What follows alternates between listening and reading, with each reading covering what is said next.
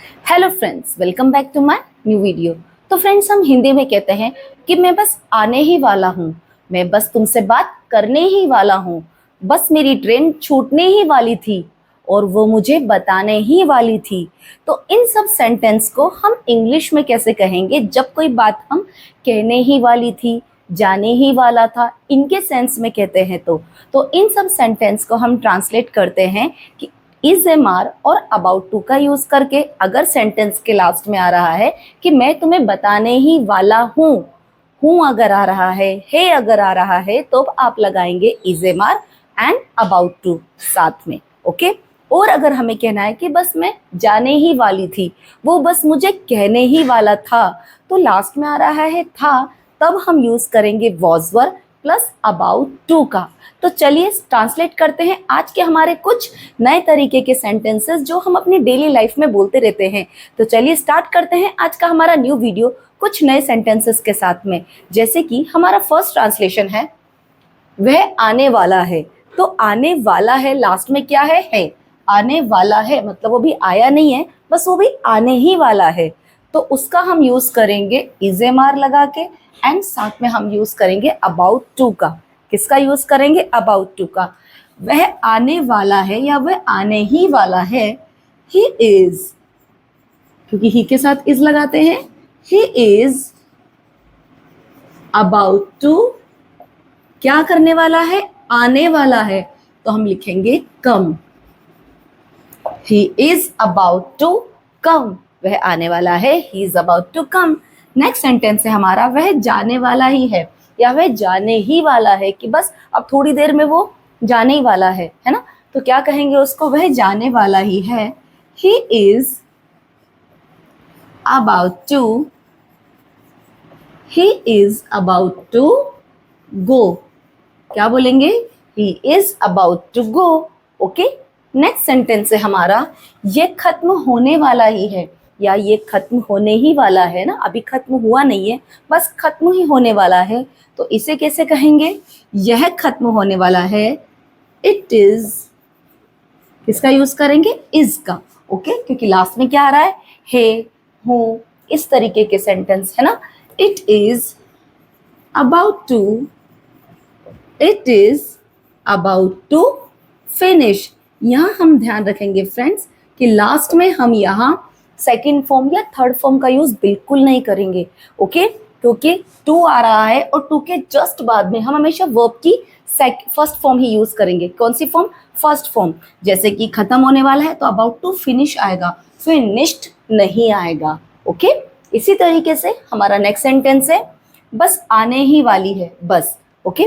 क्या रे, मैं बस स्टेशन पहुंचने वाला हूँ और मेरी बस आने ही वाली है। तो बस आने ही वाली है, द बस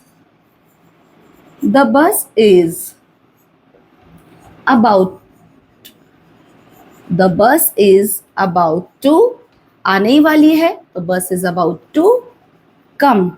okay. The bus is about to come. Okay. Next sentence है हमारा, वह सीखने ही वाला है ना। कोई लैंग्वेज सीखता है तो हम कहते हैं ना कि बस अभी उसकी स्टडी कंप्लीट होने वाली है, या वो कोई भी एक लैंग्वेज जो है वो सीखने ही वाला है ना। सीखने ही वाला है तो कैसे कहेंगे इसको? He is. ओके। अगर होगा कि वह सीखने वाली है तो हम यूज करेंगे शी, और सीखने वाला है तो he is about to, he is about to क्या करने वाला है? सीखने वाला है। तो सीखने को हम इंग्लिश में क्या कहेंगे? लर्न।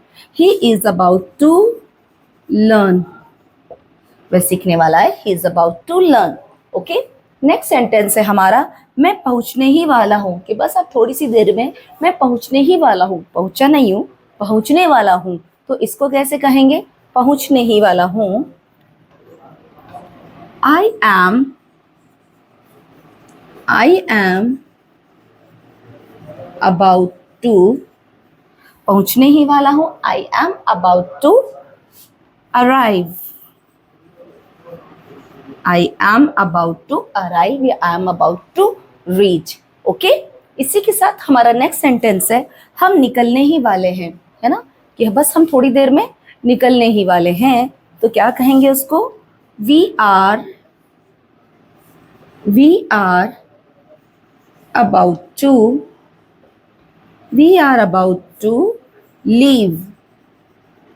हम निकलने ही वाले हैं, we are about to leave. तो फ्रेंड्स यहाँ हमने सीखा वो सेंटेंसेस जिसमें हम प्रेजेंट में कोई काम करने ही वाले हैं. किसमें? प्रेजेंट में कोई काम हम करने ही वाले हैं, वहाँ हम यूज करेंगे is a mark plus about to का. किसका यूज करेंगे? Is a mark plus about to का. ओके, टू के बाद जो काम आप करने वाले हैं, आप खाना पकाने वाले हैं, तो आप कहेंगे I am about to cook the food.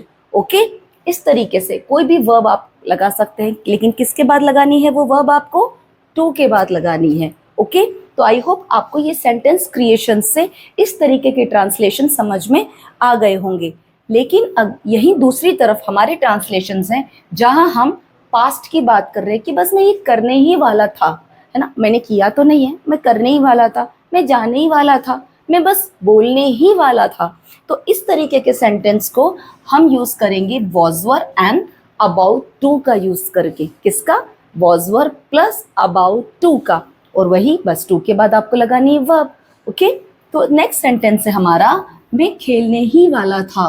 क्या है? मैं खेलने ही वाला था. आई वॉज, जैसे हमने यहाँ जब प्रेजेंट की बात की तो हमने लगाया यहाँ is a mark.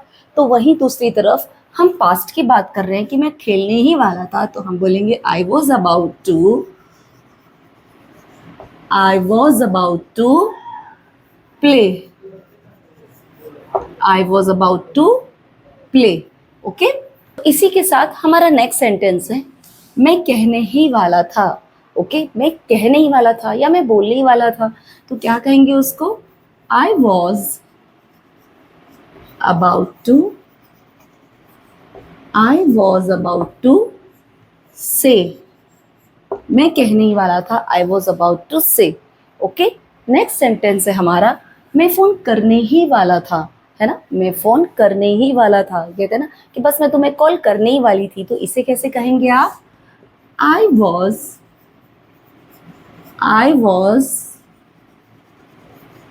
About to call, I was about to call. मैं तुम्हें कॉल करने वाला था, I was about to call. अगर हमें ये कहना है कि बस मैं तुम्हें इन्फॉर्म करने ही वाली थी, है ना, कि बस कहते ना अरे तूने मुझे ये क्यों नहीं बताया, कि अरे बस मैं तुझे इन्फॉर्म करने ही वाली थी, तो मैं तुम्हें करने वाली थी. क्या कहेंगे? I was about to inform you, I was about to inform you. Okay, next sentence है हमारा मैं तुम्हें बताने ही वाला था. तो कहने को हम इंग्लिश में कहते हैं से, कहने को हम इंग्लिश में कहते हैं से, बोलने को हम इंग्लिश में कहते हैं स्पीक, और बताने को हम इंग्लिश में कहते हैं टेल. ओके, अगर आप गौर करें तो हिंदी में इनके मीनिंग अलग अलग हैं और इंग्लिश में भी इनके मीनिंग अलग अलग हैं. ओके, तो यहाँ क्या वर्ड आ रहा है? बताने वाला था. तो अभी मैंने आपको बताया बताने को हम इंग्लिश में कहते हैं टेल. मैं तुम्हें बताने ही वाला था. I was about to tell you, I was about to tell you. Okay, next sentence है हमारा मैं पढ़ने ही वाला था. कि मैं पढ़ाई करने ही वाला था. ओके, यहाँ पढ़ाई के बारे में बात हो रही है, तो क्या कहेंगे उसको? जैसे मम्मी आ जाती है घर में तो हम कहते हैं ना कि बस मम्मी मैं अभी पढ़ाई करने ही वाली थी. ओके, तो क्या कहेंगे? I was about to study, I was about to study. Okay, इसी के साथ हमारा नेक्स्ट सेंटेंस है ट्रेन छूटने ही वाली थी. कि अच्छा हुआ मैं टाइम पर पहुंच गया, बस ट्रेन जो मेरी है वो छूटने ही वाली थी. तो कैसे कहेंगे उसको? ट्रेन छूटने वाली थी. The train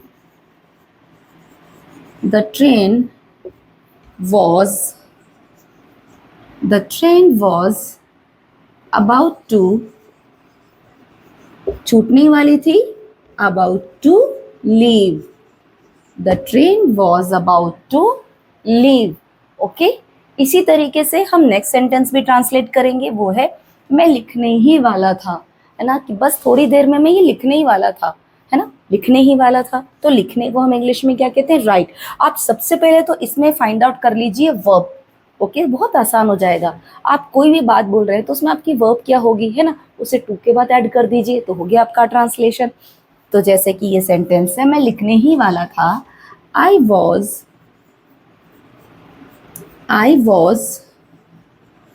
about to write, I was about to write, मैं लिखने ही वाला था, I was about to right.